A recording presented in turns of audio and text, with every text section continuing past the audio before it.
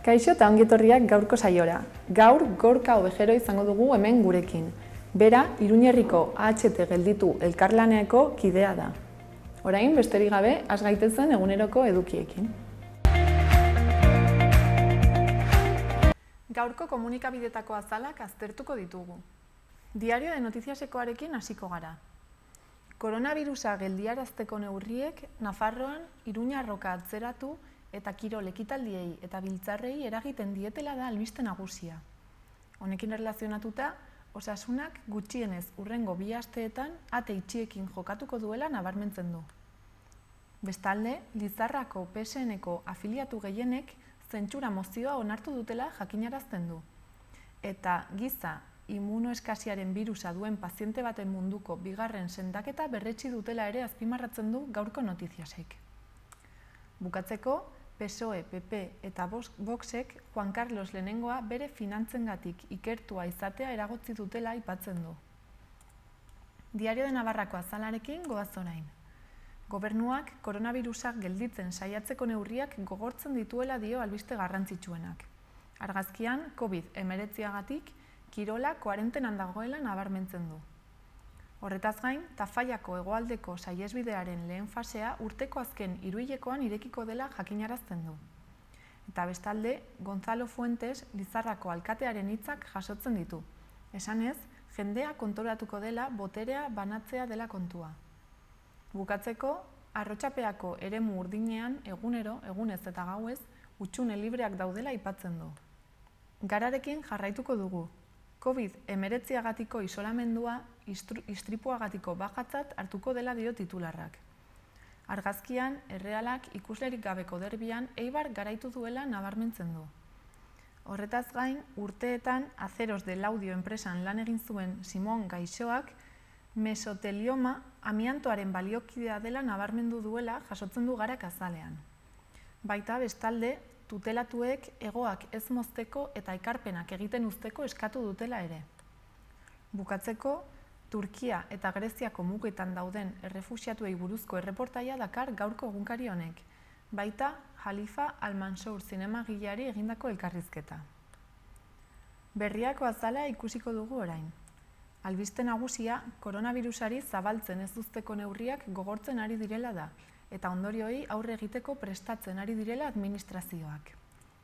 Bestalde, enpresari Zorrotza Gestionen hildako langilearen istripua gordetzen saiatzea leporatu diotela azpimarratzen du. Baita, bizileku baimenerako oztopo gehiago daudela salatu dutela migratzaile gazteek Gipuzkoan. Horretaz gain, etxebizitzari buruzko eztabaidak Angelu Inarrosi duela jasotzen du Berriak azalean. Eta bukatzeko, 2 elkarrizketa dakartza. Lehenengoa, Jon Ander Albizu baiko pilotako atzeralariari egindakoa. Eta bestea, Garbine Alkiza, Jon Antzaren ilobari egindakoa. Gerra zikinaren biktimen kasuak ez direla argitu nahi esanez. Euskal Herria irratiarekin bukatuko dugu. Nafarroan 30 koronavirus kasu daudela dio albiste nagusiak, eta honen aurkako neurriengatik Iruñarrok jaialdia atzeratu egin dela. Horretaz gain, Parlamentuak 2014 arteko tortura kasuak ikertzeko egitasmoa sustatuko duela ere jasotzen du komunikabide honek orri nagusian.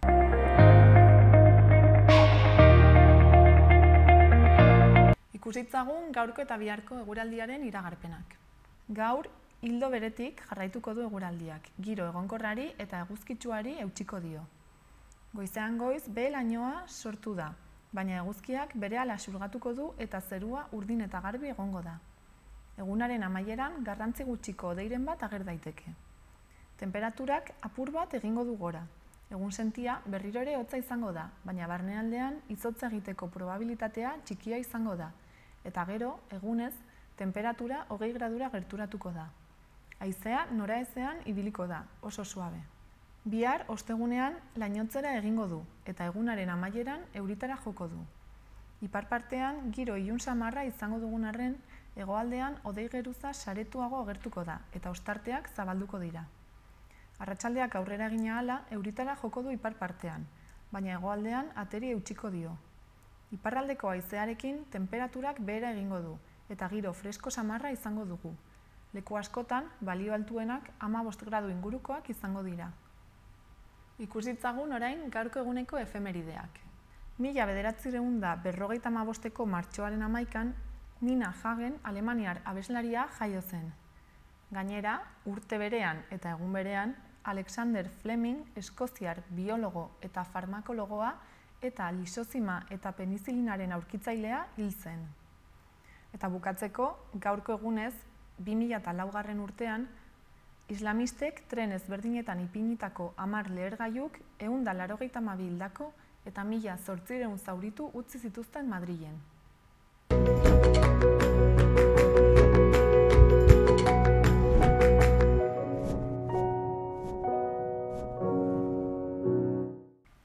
Udalerrietako albisteak ikusiko ditugu orain. Galarko zendean, ostiral honetan ospatuko da martxoa eta emakumea jardunaldia. Subitzako elkartean. 8etan, El Sexto Sentido ikuskizuna egongo da. Antzerkia, musika eta flamenkoa uztartuz. Benetako istorio batean oinarritutako ikuskizuna da, eta genero indarkeria bere askatasuneraino bizi duen emakume baten faseak azaltzen ditu. Ondoren, 9:30 emakumeen afaria egingo da elkartean. Eguesibarrera pasako gara orain. Txokolate sorpresadunak eta likore harrigarriak antzerki moldeko dastaketan izen emateko epea zabalik da. Larunbatean, martxoaren 14ean, Sarrigurengo Oihanburu aretoan izanen da txokolate dastaketa, eta telefono bidez eman behar da izena 5 euro ordainduz. Bestalde, Eguesibarko bigarren duatloia ospatuko da apirilaren 4ean, Sarrigurendik aterata. Eguesibarko udalaren eta Nafarroako Triatloi Federazioaren laguntzaz, Eguesibarko Iruki klubak kirol proba hau antolatu du urtero bezala. Taldekako erlojupeko modalitatean eginen da aurten ere, eta Nafarroako txapelketa izango da sprint distantzian. Aurtengo edizioan, 2019an hasitako bikote femeninoen eta bikote mistoen modalitatearekin jarraituko da. Eta gainera, distantzia superesprinteko duatloi bat sartuko da, 150 korrikalari izanen duena. Izen emateko epea martxoaren 30 arte egonen da zabalik. Horretaz gain, bihar taldearen En la Huertako Mis Amigos ikuskizuna egonen da igandean goizeko 12:30. Eta egun berean, baina arratsaldez 5:30 Quien engañó a Robert Rabbit filma ikusteko aukera izanen da sarrera librearekin liburutegian. Iruñarekin bukatuko dugu. Herritarren aferen batzordeak hegoalde ikastolan egindako lanak bisitatu ditu, non patioko frontoian estalki bat paratu baituten. Egungo eraikina 80ko urteetako hasieran eraiki zuten. 2009 urtean Arrosadia auzo berriaren zabalkundearekin batera, lurzatiaren egitura aldatu zen patioa goitik behera itxuraldatuta. Izan ere, erabilera askotako gune batzuk sortu ziren, kirol eremuari nagusitasuna gutxiagotu eta ikasleen artean bestelako harremanak bideratzea sustatzeko. Itxuraldaketa horretan, patioa 2 kirol eremu ezberdinez bereizi zen. Batetik, areto futboleko pista, eskubaloikoa eta minibasketeko 2 pista, eta bestetik, frontoia. Udal proiektu berriak, hain zuzen, azken horren gainean jardun du.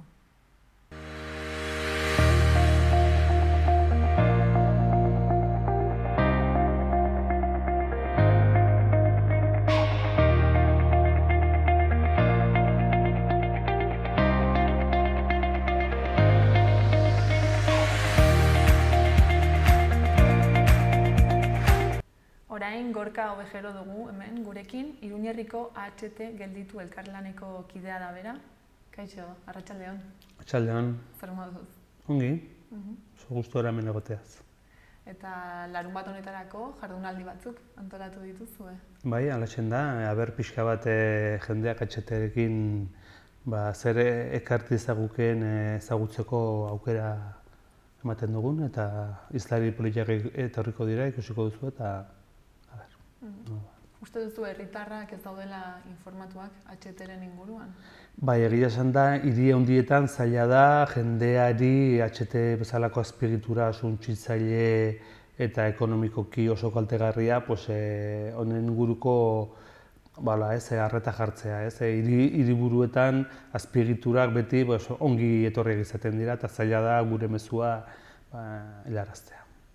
Baina azken finean, gero informazioa begiratzen hasten bazara, hor badaude gauza ez onuragarri bat. Desente, ez? Bai, bueno, berez gizarte informatu batea izango bagenu, gizarte zibila olako azpiegitura erraldoietan iritzi emateko aukera izango balu, errez erabaziko genuke ez. Politikoak eslogan hutsetara, leloak botatzera joaten dira ez. Ibarretxe garaian, akordatzen naiz, dena zen iraunkorra, ekonomia iraunkorra, gai horra iraunkorra, HT iraunkorra edo jasangarria, bi hitzak erabiltzen dira, eta orain erabiltzen dute aldaketa klimatikoari aurre egiteko HT beharrezkoa dela, ez? Hau da, beti leloak, baina benetan, eta hizlariekin ikusiko dugunez, hortik ez dago inongo egirik, eta alderantziz ez, HT aldaketa klimatikoa eta jasangarritasunaren kontra doa zuzenean. Eta larun bat honetan, zeri buruz hitz egingo dute hizlariek? Lau hitzaldi egongo dira, aurrena Pablo Lorentek Sustrai Erakuntza Fundazioko kideak pixka bat Nafarroan HT zertan dagoen adieraziko digu, eta baita ere jakinarazi emango dugu, Nafarroan dauden talde guztien koordinazio bat sortu dela, denbora bat daramagu koordinatzen, baina koordinadora bat sortu dugu eta horren berri emango digu. Eta koordinadora hau nola sortu da edo? Bueno, hasieran bakoitza bere esparruan edo taldeak sortzen joan ginen, Sakanan, Izagoltzan, Iruñerrian, Tafaira aldean, eta gero ikusi dugu onuragarri izan daitekeela bakoitza bere esparruan arituz gain, mankomuneko ekintzak edo irakurketak egitea, ez? Eta hortik heldu da pixka bat hori ez, pixkat indarrak batzeko. Eta talde bakoitzak badu bere ikuspuntua, ala guztiek berdin pentsatzen duzu? Bueno, bakoitza gure izaria dugu, ze borrokak desberdinak dira, Iruñerrian adibidez, borroka handiena da, Txagokoitzen egin eduten geltoki gehi pelotazoa, azkenean hor, nola zen hau, Sanzen garaian, UPN-eko gobernuen garaian, egin nahi zituzten geltokiaz gain, hotelak, etxebizitzak azkenean, ez? Bueno, pagatzeko, baina azkenean, pagatzeko beti pelotazo egiten dituzte. Orain, Bilbon PNV egingo duena, Abantoko, hau da, Areatza eta udaletxe ondoko terreno horietan, geltokia aspiratuko dute, eta goikalde guztia, kriston pelotazo egingo dute, ez? Eta nire esango nuke, hori ere, garapena da, izan daiteke, ez balin badator, HT bezalako azpiegitura suntsitzaile eta ekonomikoki desastrosoa den batean gero sartuko garen. Eta horretaz gain, beste hitzaldi egongo dira? Bueno, ni oso interesgarria ikusten dut, adibidez, Ekologistas Martxaneko neska bat, izenak ere ez dakizkit zehatz mehatz, inportaz bazaizu. Elena Díaz, emakume hau madrildarra da, HT-ren borrokan ibili da, eta orain Ekologistas en Acción, hemen Euskal Herrian Ekologistas martxan da, estatuan Ekologistas en Acción. Mugikortasun batzordean dabil, eta honek esango du nola HT egitea ekartzen duela trena bertan bera ustea, ez? Alde batetik, diru mugatuak HT-ra doazelako, maila oso handi batean, portzentaje handi batean, eta orduan betiko trena ez da hobetzen, ez da mantentzen, ez da berritzen, ez? Lehen Kaniasa pixkat alboratzea. Bai, aldiko trenbidea Katalunian aldika etortzen dira, ez, notiziak, ez?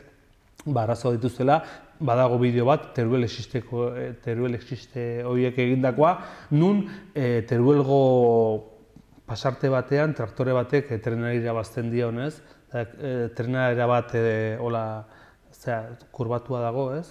Eta irabazten dio, ez? Eta hor ikusten da ez dagoela mantenimendua, ez dagoela burdin bide hori erabat gaizki dago, arriskutsua dago, eta ez dute hobetzen. Beste ere bai jartzen dute 30 km orduan, eta traktoreak irabazten dio, ez? Hori da, ekartzen duena diru guztiak HT-ri bideratzea, eta Elena Díazek horren inguruan hitzaldia emango du. Eta suposatzen dut berak ere ezagutuko dituela estatuko beste kasuak, ez? Bai, asko daude, ez? Orain, Andaluzian sortu dute trenaren aldeko plataforma bat, HT-ren aurka. Ze askotan ere, HT asko gustatu denez, saietzen dira jendea behartzen horietara joaten. Orduan, beste zerbitzu batzuk kendu egiten dituzte. Oso aipagarria da, Zaragozatik Madrilera joaten ziren betiko trenak kendu zituztela abiadura handiko trena, LABE, iritsi zenean. Eta orduan, kostea ere, prezioa asko igo zuten, eta jende gaztea, jende langilea, autobusera bueltatu zen. Azkenean, nor behar du ordu erdi lehenago edo 40 minutu lehenago joatea. Agian ejekutibo bat, kontseilu bateko bilera darako, gazte batek nahiago du 40 euro aurreztu eta autobusean joan, ez? Hori dela eta hala gertatzen zenez, egin dutena da txartel bidaiak asko merketu. Horrek esan nahi du?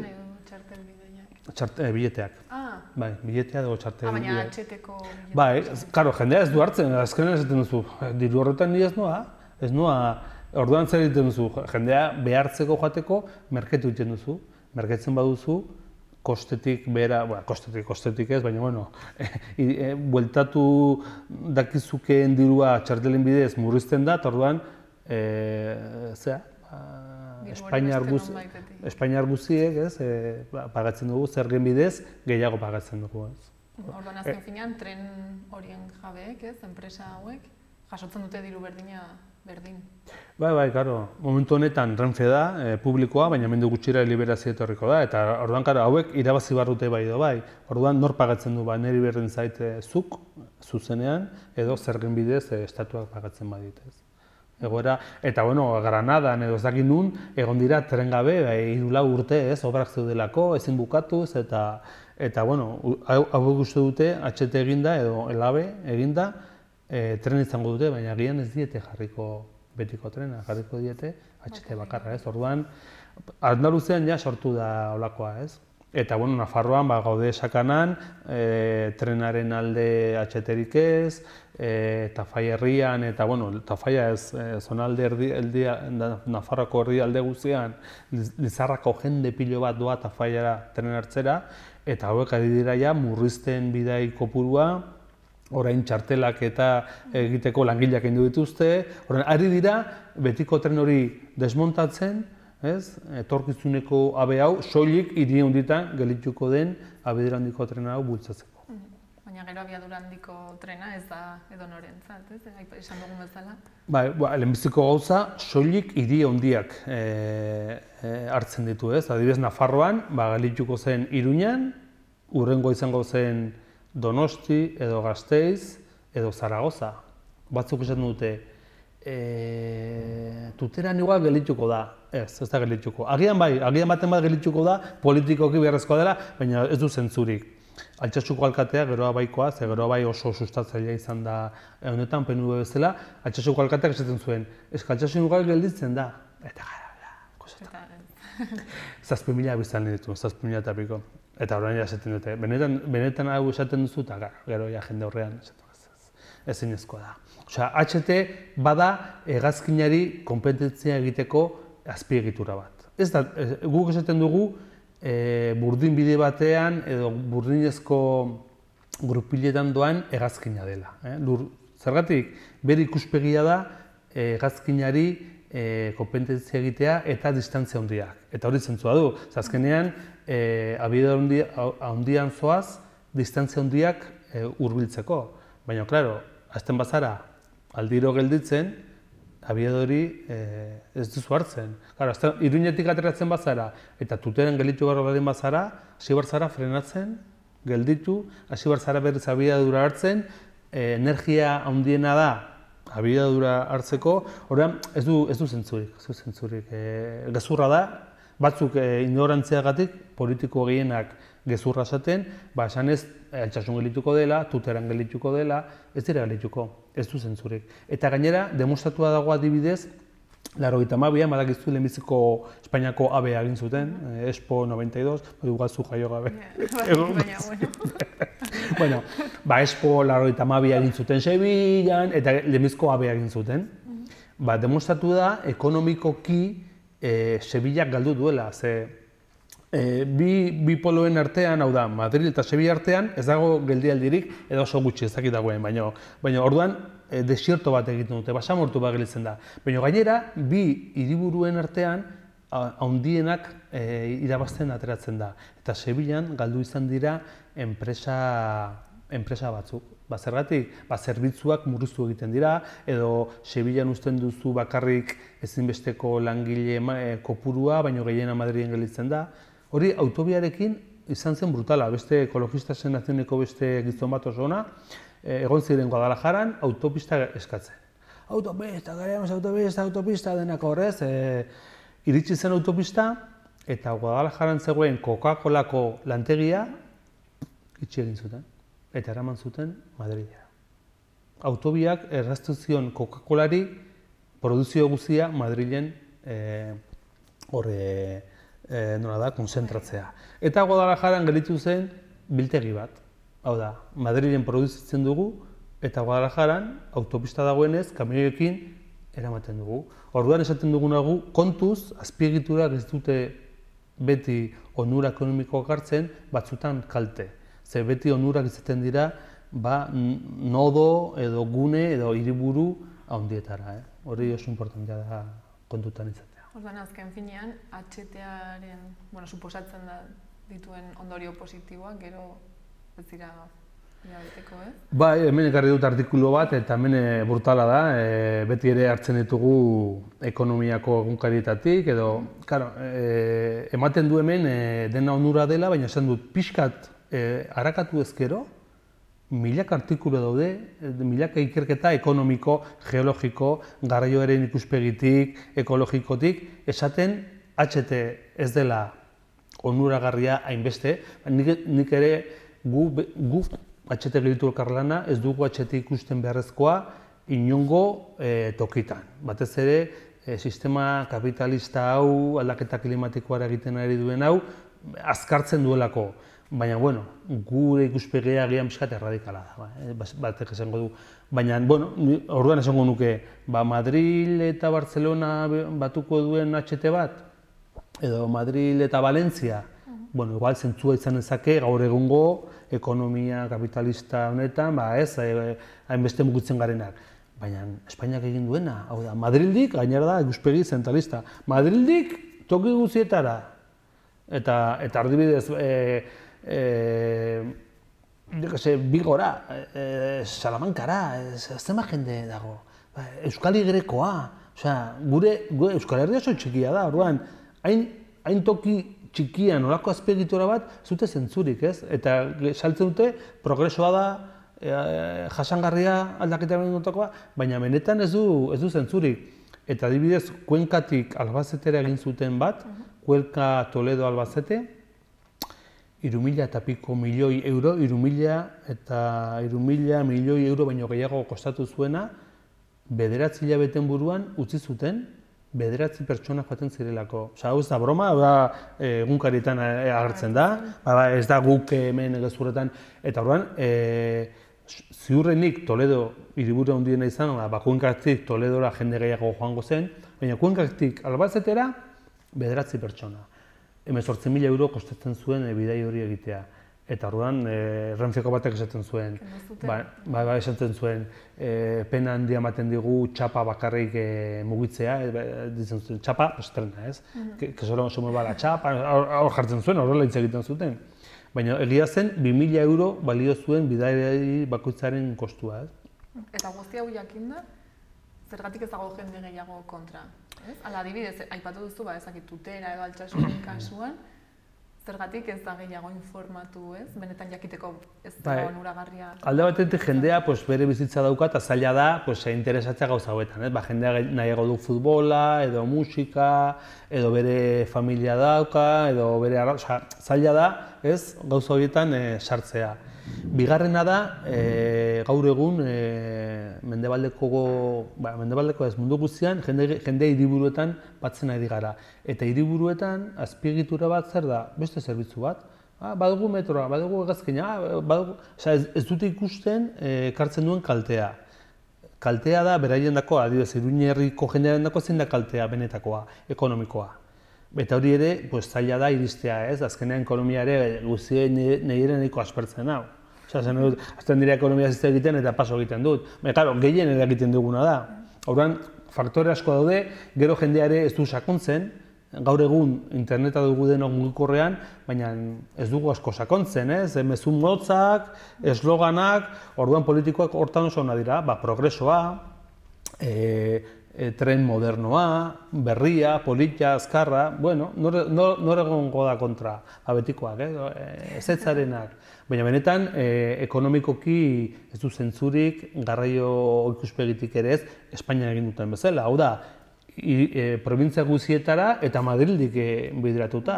Adibidez, katalanak hortan arrazia dute, eje mediterraneo, ardaz mediterraneoa oso importantea da, bai ekonomikoki, baina batez ere turistikoki. Agian hor, zentzua izan daiteke gaur egungo eredu ekonomikoan, gu ados ez gaudena. Eredu honek, bagara matza, emergentzia klimatikoa aldarrikatzera eta kriston suntxiketa batera, ez? Gu ez gaude daude, baina, alde dauden edo kontraz dauden jende horiek esan zezaketen, adibidez, mediterraneokoa egbarko zen, eta ez Madrildik ikuspegi zentralista kutre hori, ez? Adibidez, Frantzian, iparraldean egingo zuten linea berri bat, HT-ren linea berri bat, atzera bota zuten. Egin zuten alako, han badago, adibidez, azpiegituro bat egin aurretik, horako ebaloketa ekonomiko egin behar da, eta nolabait ere aurrikusi ze behar egongo diren 10-20 urtetara. Eta egin zuten ikerketa hori puztuta zegoen. Esaten zuten iparraldean bidaiari maila izugarria zela, eta gero demostratu zen benetan ez zela behar, eta zera egin zuten. Baina Espainian egin dute El Cuenca, Toledo, Albacete, 3.000 milioi euro noren gana joan dira. Konstruktore enpresetara, zementeretara, gero azpiegitura hau elektrifikazioa eta egingo duten enpresetara. Negozio handia dago hor, eta politiko batzuk ziurrenik gero ongi ordainduak egongo dira, bai politika uzten dutenean edo ez. Orduan hemen gauza asko lotzen dira, ez? Zuk guri obra publikoa eman, eta gero guk zu emango dizugu, ez? Adibidez, Leondik Asturiasera doan Pajarese horretan brutala da, hor bi tunel egin behar zituzten, ikerketa geologikoak egin gabe hasi ziren obra, ziurrenik hauteskunde batzu heldu ziren, eta hasi ziren orduan Leongo bailara batzu gelditu dira uri gabe, esaten gara, Leon, uri gabe gelditu dira, hildakoak egon dira, hildakoak oso gara txarrean lanean, ezkutatzen, benetan oso egora... Atzean badagoela...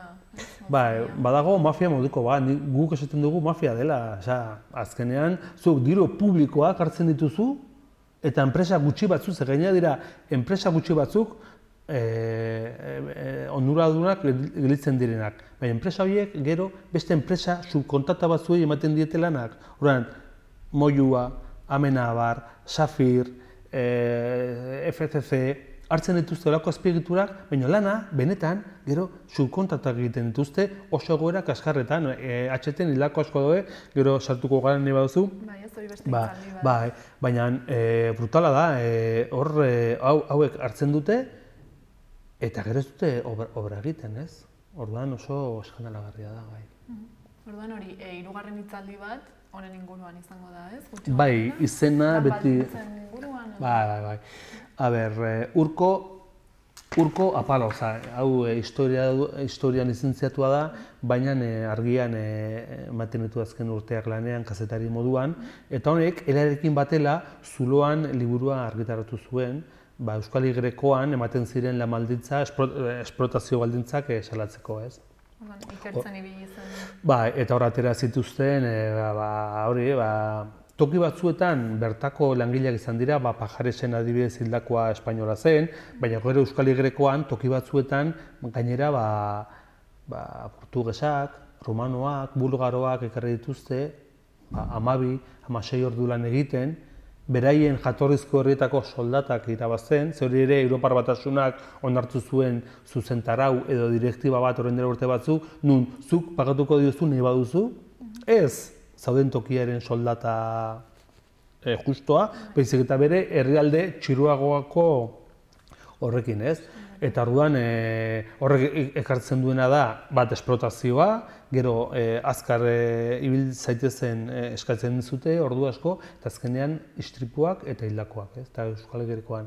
Eta Urko Palazak oso lan ona egin zuen. Hor adibidez, elak salatzen zuen momentu batean Tabakaleran obra egiten ari ziren eta ela eraikuntzak salaketa bat jarri zuen Tabakaleran, Donostiko arte moderno, zer da, museoa edo olako zer da, bueno, hor Tabakalerako obretan salaketa jarri zuen Eusko Jaurlaritzaren aurrean, osalan, edo uste dela hango langile baldintzak ez zirelako. Ez zirelako onak, edo esplotazioak, eta egun beretsuetan HT-ren obretan jarri zuten ELA, sindikato berak, eta Eusko Jaurlaritzak edo Euskal Gobernuak Tabakalerakoa berela hartu zuen, osalan, uste dut osalan dela lan baldintzen inguruan eta nolabait ere entitate publikoa eramaten duena, Tabakalerakoa ontzat hartu zuten eta neurriak jarri zituzten, HT-rekin ez zuten ezer egin. Osea, uki ezina da, da mafia bat.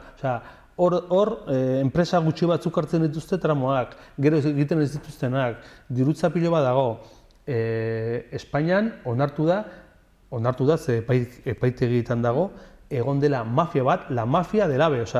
Nik ez dut egiza, la mafia del AVE, nun enpresek egiten zutena zen negoziatu beren artean, bazuk hartuko duzu Galiziakoa edo Galiziako lau tramo, nik hartuko ditut ez dakit nongoak, orduan ja prezio negoziatzen ditugu, asko gertatzen da, ez, ogiaren hortan elektrikak gauza bera egiten dute, ez dut esaten bakarra direnik, baina hemen egoten da, nolait ere kostuak handiak izateko, hau da, zuk lizitatzen duzu obra bat, eta aurkezten dira 3, 4, 5, 6 enpresa merkeena eramaten du, baina guztiek hitzartu badute prezio bat, edo Euskal Igerekoan gertatu den bezala, batzuk aurkezten dira tramo batzuetara bakarrik eta beste batzuetara.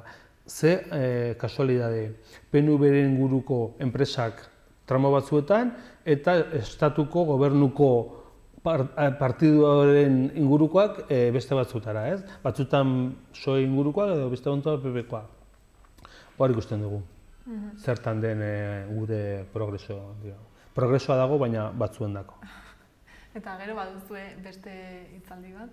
Bai, gero David Hoyos, badago David Hoyosok emango du pixka bat, nola dago? Bai. HT-ak ondoratzen gaitu, HT-ren azterketa ekonomikoa Espainiar estatuan eta Nafarroan. David Hoyos, UNESCO-ko katedra bateko adituen kontseilukoa da, Hegoak fundaziokoa, pertsona bat errekonozimendu mundiala duena ekonomian. Ez dela, bere ideologia izango du, gure aldekoa, gehiago besteena baina benetan ekonomikoki baditu oinarriak, ez? Eta honek emango du pixka bat, hori, HT zer suposatzen duen ekonomikoki, zenba kostatzen duen, zenba kostatzen duen mantentzea, zer eratortzen zaigun txartelbidaien bidez, oso gutxi, gainera merkatzen dituzte, orduan, berak ikerketa asko egin ditu Bilboko supersurraren inguruan, orain, ampliatu nahi dutena, berak ere egin du erraustegien inguruan, nolait ere, berak azpiegituren inguruan dagoen eztabaida gabetasun hori apurtu nahi du eta datuak ematen ditu, ezta. Eta jardunaldi hauek non izango dira eta... Bai, hor, Iruñeko Aldezarreko kale nagusian dagoen plazara gunean, ez dakit ez, pixkat hor, 11etan hasiko dira, okerez baniman dago, 10 Nezetori ikasketak egin da. 10 hasiko da Pablo Lorente, ordu erdiz hitz egiten du HT zertan dagoen Nafarroa momentu honetan, eta lehen aipatu dugun koordinadora bat sortu dugula Nafarroa mailan, eta gero joango dira, esango dizut zehatz-mehatz, 11etan hasiko da Andoni Kortazar, hau ere Euskal Herriko Unibertsitateko Ekonomiai aplikatuko saileko irakaslea da, eta doktore gaia. Hau ez da David Oioz bezain ona, baina irakaslea da, eta honek larrialdi klimatikoa HT-rekin lotuko du, ez? Tren berdearen gezurraz, eta saldu nahi dugutena, lehen jasangarria edo iraunkorra zena, orain aldaketa klimatikoaren kontra doala, eta hau pixkat salduko dugu. 12:30 David Oioz egongo da, ikuspegi ekonometista batetik, eta oso potente izango da. Bazkariak eta Kraken egingo dugu, eta erreserbak eta egin behar ziren tafnonavarra@gmail.comen. Egia esan da, 10 bat gehiago hortuko dugu, orduan norbaitek interesa baldin badu, etorri daiteke... egunan beti kalkulatzen dugu, badagoela jendean nahi duena azkeneko momentuan, orduan 10 bat gehiago beti hartzen dugu, badazpada ere, ez? Edo adibidez, hizlari batek bere lagun bat o bikotea dekortzen badu, orduan, beti egoten da aukera baten bat gehiago joateko. Gero, arratsaldean 4etan hasiko gara, eta ordu bateko hitzaldi izango da bakarrik, Urko Apagolazarekin, hau euskaraz izango da, eta pixka bat izango da, esan duguna, lan esplotazioa Euskal Herrikoan. Eta gero, 5:00-tik 7:00 azkenekoa, Elena Díaz, Ekologistas en Acción, eta emakume hau mugikortasun inguruan asko dakien pertsona da, eta pixkat jarriko digu nola ABA, guk HT esaten duguna hori bultzatzea, dakarrela tren betiko trena uztea. Eta 7:00 bukatu ondoren kale-jiratxo bat egingo dugu alde zarretik, pixkate alaia edo aldarrikatzea. Eta hitzaldi hauetara edonor joan daiteke? Bai, €1 pagatuta, ez bromatan da. Bai, duainik da, plazaran, gure ere zigute kobratu, eta gu horri, edonor joan daiteke, bazkaltzeko berez ja erreserba egin behar zen, baina beti aukera egon daiteke edo ez, baina gu saiatzen gara egoten, eta gero, hori. Eta behintzat informazioa jasotzeko, ez? Bai, interesa duena, polita da, interesa duena, jendean normalean informatzen denean ikusten du HT-ren hankarkeria, ez, baina gu hortan saiatzen gara eta jendea etortzera animatzen da. Mila esker, Gorka hona etortzeagatik, eta informazio guzti hau emateagatik. Zuei arreta emateagatik. Eta ea jendea animatzen den, ze azken finean hori da garrantzitsuena, ez, informatuta egotea. Hori da, informatutako gizartea hori da behar duguna. Eskerrik asko eta hurrengora arte. Zuei, esker asko.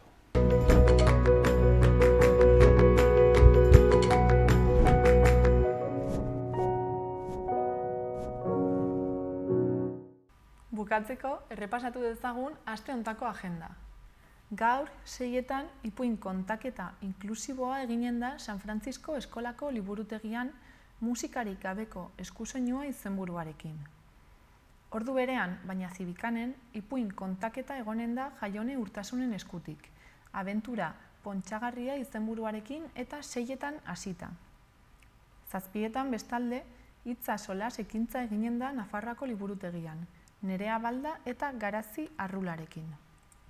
Gaur, eta 7etan ere, matematika eta literatura solasaldi musikatua egongo da Karrikirin, Irati Goikoetxea eta Leire Alonsorekin.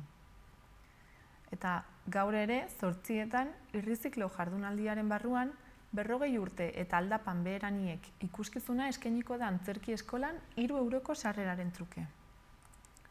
Bihar, Utxune liburuaren aurkezpena egingo du Josune Ilundainek Katakraken arratsaldeko 7etan. Eta bihar ere, 7:30 mintzo poteoa egongo da Sanduzelaien Paibi tabernatik hasita. Larunbatean, goizeko 12etan, Antxoainen kantuz egongo da Lapurbide plazatik hasita. Eta eguerdian, bertso bazkaria antolatu dute Arangurengo kontzeju etxean Onintza Enbeita eta Hortzi Idoaterekin. Larunbatean, baina arratsaldeko 5:30, Nur eta Herensugearen tenplua filma ikusteko aukera izanen da Kondestable jauregian. Eta 6etan, Zurginaren ipuina antzerkia Mendillorriko Zibiboxean 3 euroren truke. Larunbat gauean, 9etan, Odolkiak ordainetan eta Alerta Gorriaren kontzertua egongo da Totem Aretoan, 7 euroko sarrerarekin. Igandean, Ploui aurrentzako pelikula eta txokolate jatea egongo da 5:30 Euskaldunon biltokian. Eta 6:30 Aranguren Ibarreko auditorioan Zurginaren ipuina familientzako antzerkia 3 euroko sarrerarekin. Egun berean eta 6:30 Oiar bat zure teiatuan antzerkia egongo da Artikako Kulturetxean 4 euroko sarreraren truke. Orain eta gaurko saioarekin bukatzeko Modus Operandi taldearen bideoklip berriarekin utziko zaituztegu. Mila esker, hor egoteagatik eta ongi izan. Ongi etorri Euskal Herrira! Welcome to the Basque Country!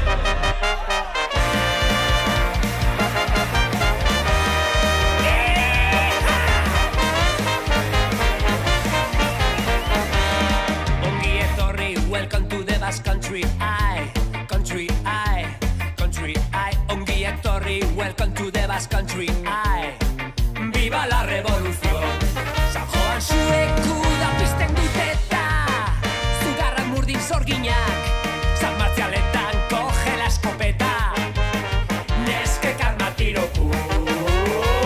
This is the fiesta, Euskal Herria living the fiesta. This is the fiesta, every day is Sky Alive.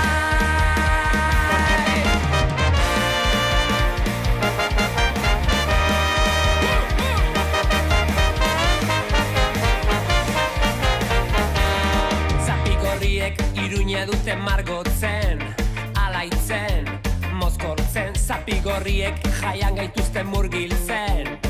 Lesakan naiz pasaian, Madalenetan elantxo bezepeta, gora eta gora horereta, Baiona txipian jaian nagusia, Inaxo potroian bia. This is the fiesta, Euskal Herria living the fiesta.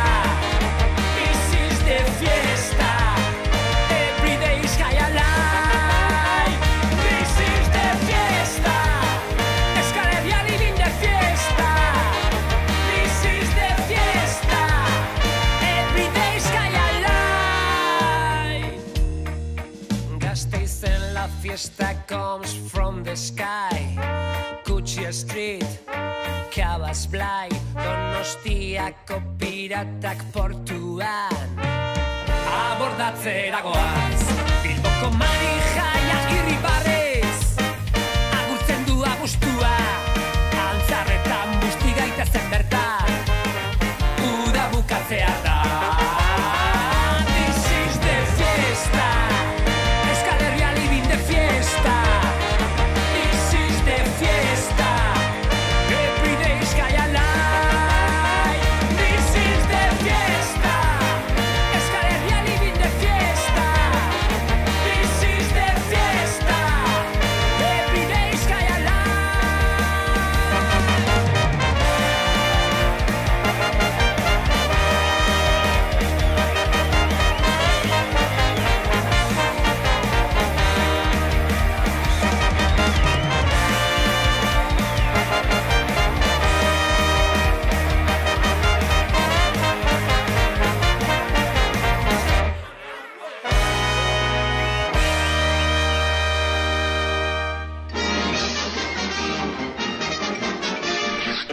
Eso es todo, amigos.